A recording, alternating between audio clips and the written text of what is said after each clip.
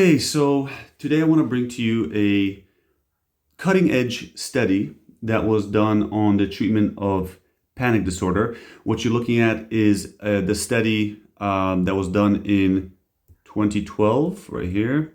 And what it was testing was whether acceptance and commitment therapy in combination with exposure therapy will be effective. So as you can see right here, this is a pilot study. So that means that this is something novel, right? We do pilot studies when we're not sure when we can't justify putting all of our resources behind the study. So before we do a big study, we do a pilot study. And this is what this is. And the results were very promising. We have to be careful because the number of subjects was relatively small as it would be in a pilot study.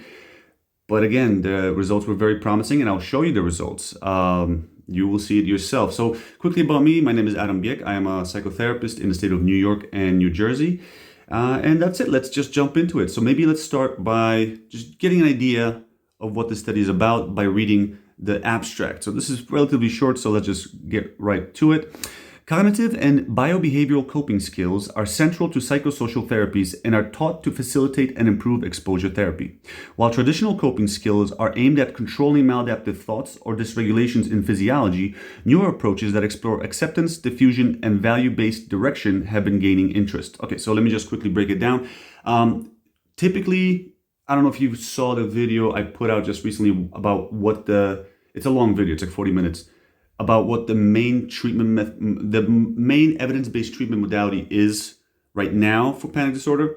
But right now it's mainly CBT with some breathing retraining, with some relaxation, like a muscular relaxation exercise. I forget what the official name for it is. And so cognitive restructuring and exposure. So that's the main protocol that's typically used. Less so now breathing retraining, because they're finding now that breathing retraining doesn't really work, and sometimes apparently it's counterproductive. But so we're now looking into something novel, something new, a different approach. As opposed to trying to change our minds about the things that we fear the most, let's see if we can improve panic symptoms by learning to resist the experience less. That's the whole concept behind acceptance and commitment therapy. What acceptance and commitment therapy is targeting is our willingness to experience everything from moment to moment, including a panic attack. Because the way that panic works is, so panic is a fear of fear, or more specifically, a fear of symptoms of fear. And by resisting that experience, by pushing away against it, we are refeeding that cycle. Our resistance goes hand in hand with fear, because our resistance, so here's something that I don't see research talk a lot about. So on the one hand, we have fear. Let me see, can I make the writing, oops, I want to make the thickness of the line smaller, but I guess I can't. So, okay, this is panic one more time. So fear, right? Then fear of symptoms of fear, right? And then that feeds back into fear and goes like that. And as this is spinning, it's actually maybe a better way of conceptualizing it is more like instead of a cycle, to conceptualize it as a spiral that goes up and up and up, right? What's happening as this cycle is spinning right here, as this thing is going in a circle, there's also something else that's changing for you during the panic attack. And what's changing for you is anticipation. So here we have anticipation. Anticipation. So when you're calm, you're at 0 level of anticipation. Right? But as your symptoms escalate, as your symptoms get worse, you start getting more fearful. And as you get more fearful, your symptoms of fear also get more intense. And that on some level tells you that you are now one step closer to disaster. And the more tense it gets, you're even closer. And as you can imagine, as you anticipate the disaster nearing closer and closer, your level of fear, anticipation, anxiety is rising. until it finally peaks at 100, which is you feel, which the most representative moment of 100 is like a moment where you feel like you're about to get, like you were about to get stabbed. So like if you were getting mugged, it would be equivalent to that moment right before somebody lunges at you with a knife, where you know there's no way for you to dodge this, it's gonna happen.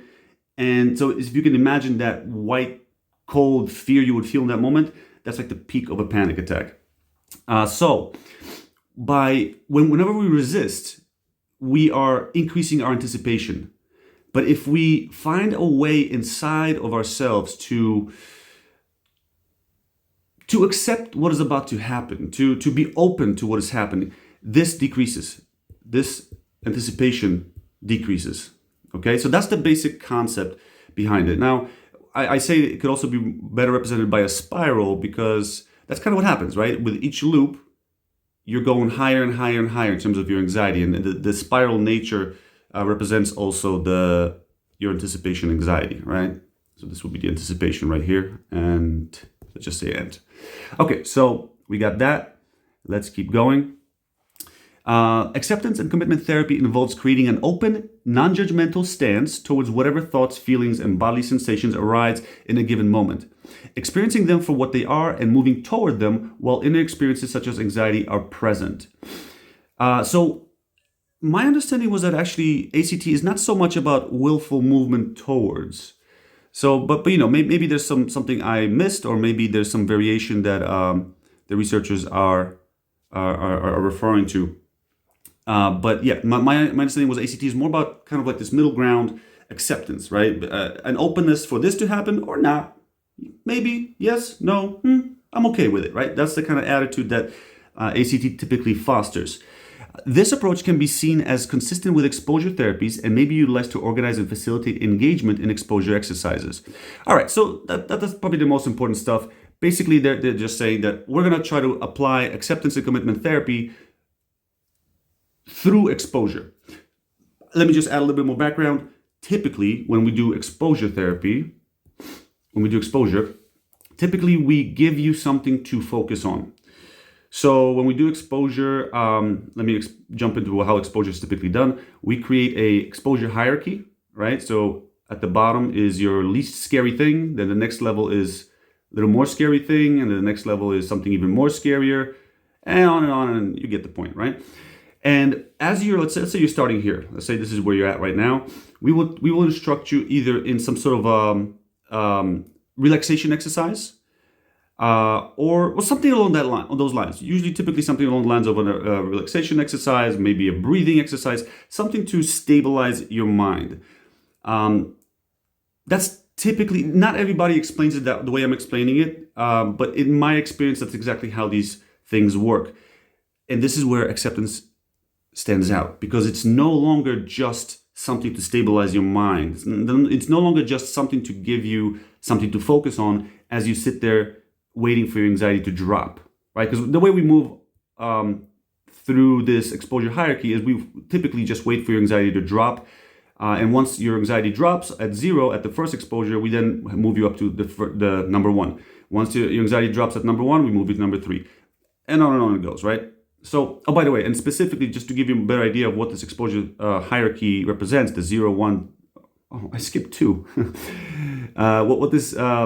To give you a better idea of what this actually represents, this represents things that typically trigger your panic. So let's just say, okay, so for everybody with a panic disorder, they have triggers in their bodies. So perhaps one of your preoccupations is that there's really 3 categories of preoccupations that people have. So you're going to have one of these 3.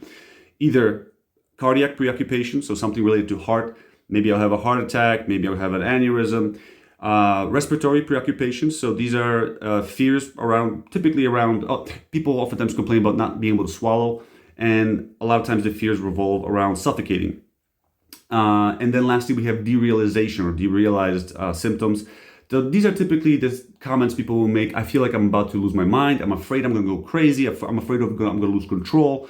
Those are your 3 types of symptoms. So we're going to try to find a way to trigger them lightly. First at a 0 level, whatever that is for you, then at a little bit more intense, so a little bit more scary and challenging, and then more challenging. So that's what this is. I hope that gives you an idea. So, okay, well, let me get a little bit more specific. So if cardiac is your thing, perhaps we'll have you raise your heart rate. So we'll have you do jumping jacks or something at first lightly, then a little bit more intense.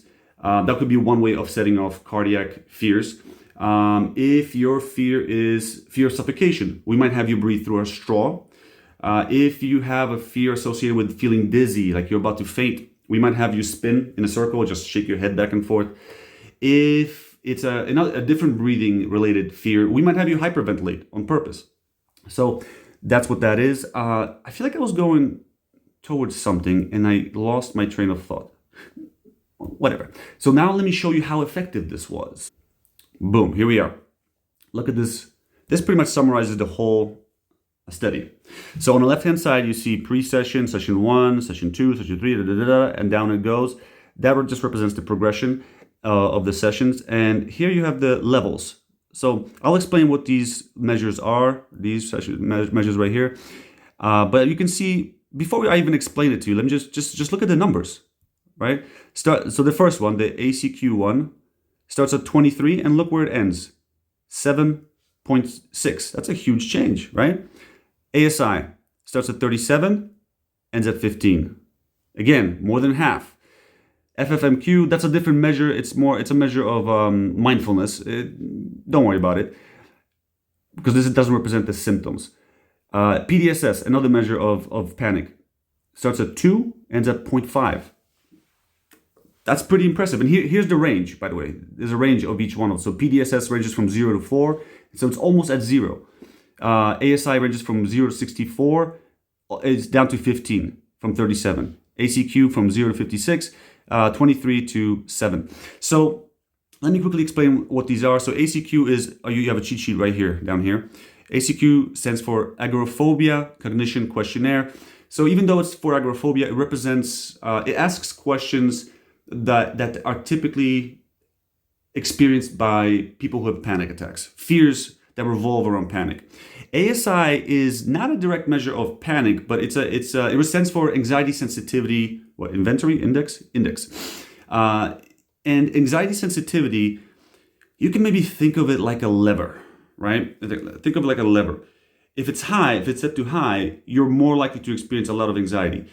If it's set to low, you're unlikely to experience a lot of anxiety. I mean, you can experience a lot of anxiety, but you don't have this feedback mechanism that you would have if your anxiety sensitivity was high. So anxiety sensitivity refers to how reactive are you to your own anxiety. When you feel anxious, how much do you care that you're feeling anxious, right? So some of us will feel anxiety, and we might say to ourselves something like, I'm anxious right now. That thing bothers me. Yeah, I gotta take care of it. Or some of us might say something like, oh man, I'm anxious again. I hate this. That second one, what I just said just now, that's representative of high anxiety sensitivity. So having high anxiety sensitivity is related to the fear of fear cycle, right? So that loop that I was talking about earlier. So fear of fear, right? So when you are reactive, you are more likely to have this loop. So that's why it's highly associated with panic disorder. Now PDSS is Panic Disorder Severity Scale. It's just it's like another way of trying to capture how intense your panic disorder is. So that's that. Now let's go into how do they make this happen? How do we get such awesome results? Here we are. So here is a description of all the sessions. I'm obviously I can't go over every single thing because look at here. Session 1 through 4. It took 4 sessions to train in the ACT skills. So the first 4 sessions are spent educating the patient on the ACT and the ACT philosophy, and little ACT metaphors are used to explain this idea of how typically when ACT is introduced, we first start by explaining how by trying to solve the problem, we're making the problem worse, right? So the one metaphor that they use to explain that is the man in the hole metaphor. And the man in the hole metaphor is, so imagine you have a shovel and you're digging a hole, right? You're digging. And let's just say you dug to like 8 feet, maybe 10 feet. Now you look up, you're like, oh crap, how am I going to get out? Sometimes when it comes to psychological issues, we try to solve the problem that we're in. We're trying to get out of the hole that we're in by digging further, right? You had a problem, you were trying to solve it with a hole. Now you got in the hole, now you're stuck in the hole, and you just continue digging, right? By digging further, you're just going to get yourself deeper in a hole. So that's the man in the hole metaphor. And it reflects this phenomenon of how we, by reacting strongly, or by trying to control something that we think should be controllable, but it actually is not, which is our minds, we make our psychological situation worse. So, I'll give you an example. Let's just say you get angry. And then when you get angry and you're trying to control your own anger, you're trying to, I must not get angry. You're likely to get frustrated, right? You're already angry.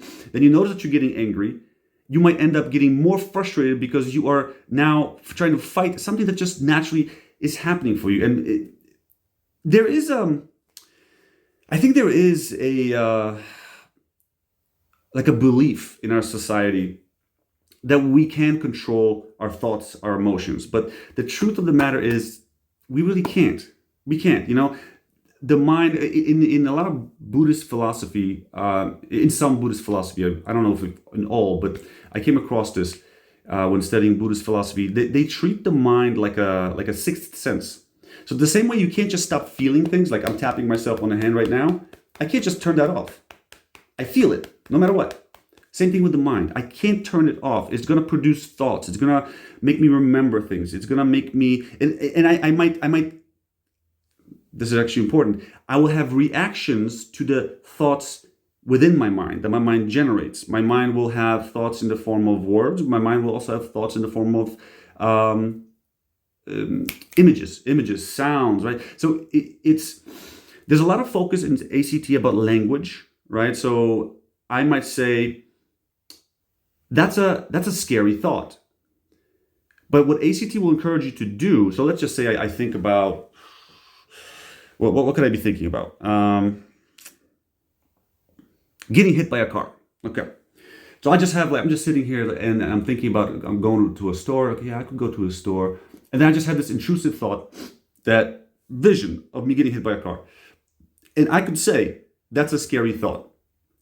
ACT will ask you to break that down. ACT will ask you to recognize that the thought and the reaction to the thought are two separate things, right? And that's the process they refer to as diffusion. So they cover that in later sessions. I think they cover that in session 3 or 4. I think 3. I think 4 is, I don't remember. We can check that later. So that's one of the things that we cover, right? So, and we try to think of, in ACT, we try to think of the thoughts as stimuli. So you have a thought, perhaps an image, perhaps a verbal representation of a thought, and we treat that as a stimuli. And then we have the reaction to a stimuli. And what we try to do, just like in mindfulness meditation, if you've ever done mindfulness meditation, we try to notice, oh, there's a thought. Oh, and this is my reaction to it. And then we let it go, right? Another metaphor of what we're trying to accomplish in ACT is, if you think of your mind as a river, right? A river never stops flowing. It just keeps flowing. That's the same thing with your mind. That's just the nature of your mind. It keeps on flowing. You could get swept up by the current. If you get swept up by the current, then you're just flowing in the river. Yeah, you're just going down the river. That's equivalent of you getting caught up in the thought. So for example, I have that thought of, I'm going to get hit by a car. And I start going, oh, wow, that would hurt so much. Oh my God, I really don't want that to happen. Oh my God, what if it does happen? Man, oh, maybe I shouldn't go that way. Maybe I should, that's me getting caught up. That's me caught up in the current. But what you want to do is you can either think of it as dropping the anchor, drop the anchor in that current and stand still and just watch the current flow by. Or maybe you can think of stand on the banks of the river and watch all the log floats by, maybe a duck floats by, some salmon hop through, right? That's a metaphor of how we want you to relate to it. Observe it and notice your reactions to it. So you see a salmon, you might be like, pleasant reaction. I like salmon. I like eating salmon. A log, neutral. Okay. Maybe something else floats by. I don't know, a corpse. Like, oh, I had a scary reaction because I don't like whatever, right? And that's it, right? Actually, I think ACT discourages explanations. I think it just because it wants you to. It doesn't want ACT doesn't want you to get caught up in that river. So by creating explanations, we can get caught up in this cycle of not in this cycle. We can get caught back into that river. There's other reasons for it, but I'm not going to get into it. So that's in a nutshell. But please keep in mind, I'm really giving you a nutshell because remember, this is 4 sessions of training and explanations of what ACT is all about. So we would need 4 hours to go as in depth as they go in the actual when they're providing the treatment to the individuals. So now let's just keep going. So I think I pretty much covered the concepts already here. There's another metaphor, Chinese finger trap. It's just the idea that, the harder, it's to help you see that by trying to control, you actually get more stuck. All right, so the Chinese finger trap is a little toy. You can probably find it on Amazon if you don't know what it is. You stick your finger in both ends. There's 2 ends to it, right? And then when you try to pull it apart quickly, you get more stuck. Your fingers get stuck. You have to do it very slowly, right? So, yeah, it's just more of the same stuff. Then I think there's diffusion is covered. Where is it? So we got control, diffusion. Okay, session 3 is diffusion. So that's the focus on language and how we. It's like a philosophical, maybe not even philosophical. It's really an observational, something that we try to point out as therapists. We try to point out to you how. If you really notice language is symbolic. It doesn't represent reality, but we will treat it like it's the same, like it always refers to the same thing. Let me try to give you an example. Let's just say you say that I'm anxious, right? Here's the thing though, if you say I'm anxious, the way you feel anxious today will not actually reflect how anxious you feel if we compare it to yesterday. So yesterday, maybe you felt anxious, but maybe your fingers tingled as a result of high anxiety. Today, maybe your hands are shaking. Those are different experiences, but we still use the same language, right? We still say anxious, but that's not a precise definition of truly what is happening. So that's a part of diffusion. We're trying to show you that the language is actually not precise. It's an approximation of something. And the purpose of you seeing that is so that you don't take the language that your mind produces as seriously. Okay? Let's see. Is there anything else? So there's some more metaphors here, little exercises to help you see what they're trying to convey. Let me keep going further. Okay, in session 4, oh yes, this is actually very important. So session 4 covers. They start preparing them for the exposure therapy, but what's very important is value-based discussion. I covered it. I didn't mean to do that. Value-based discussion. That's very important because one way that you can actualize or make happen, demonstrate that you are not taking the thoughts as seriously as you used to, that you are becoming more willing for whatever's going to come up for you internally to just come up and let it go, is by not getting caught up with it. And how do we demonstrate that in action? We just go about our day. Uh-oh, I did not mean that. Sorry about that. We just go about our day, right? Oh wait, did I just? Oh, okay. What was I just got myself all lost and confused. So value-based discussion or value-based action refers to knowing basically knowing what I was supposed to do and just going for it, irrespective of what the stuff internally is happening.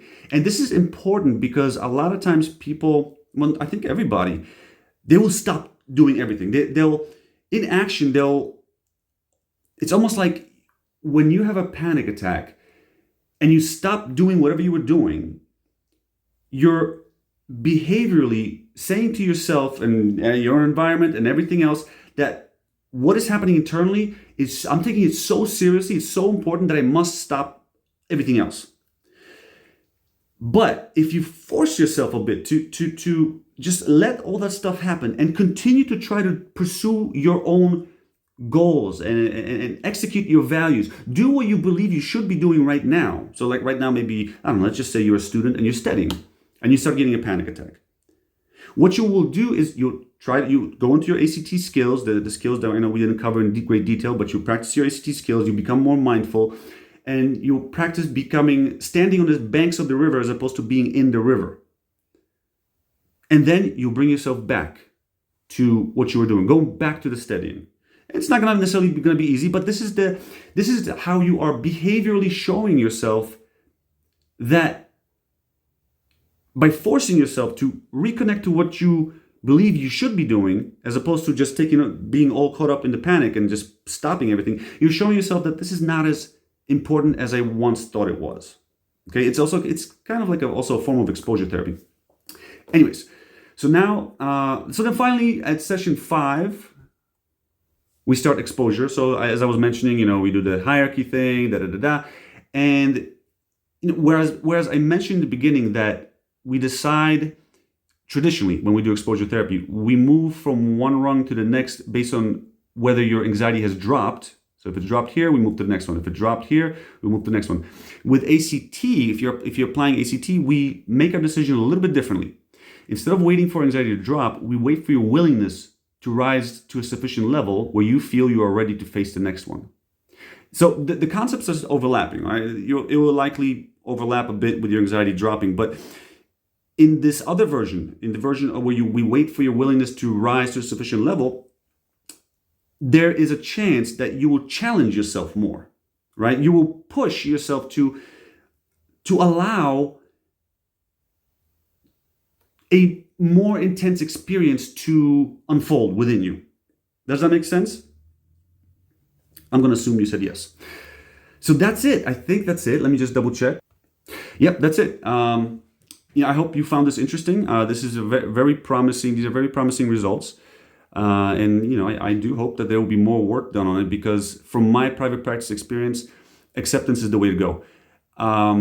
Instead of, doing the whole exposure therapy, instead of giving people breathing exercises or relaxation exercises to do during the exposure, I find it way more effective to give them acceptance-based instructions. I very much believe in this, and this is cutting edge. This is the cutting edge of panic disorder treatment. If you have agoraphobia, this should apply, but the study was not done on agoraphobia, but it should apply. It's a very similar problem.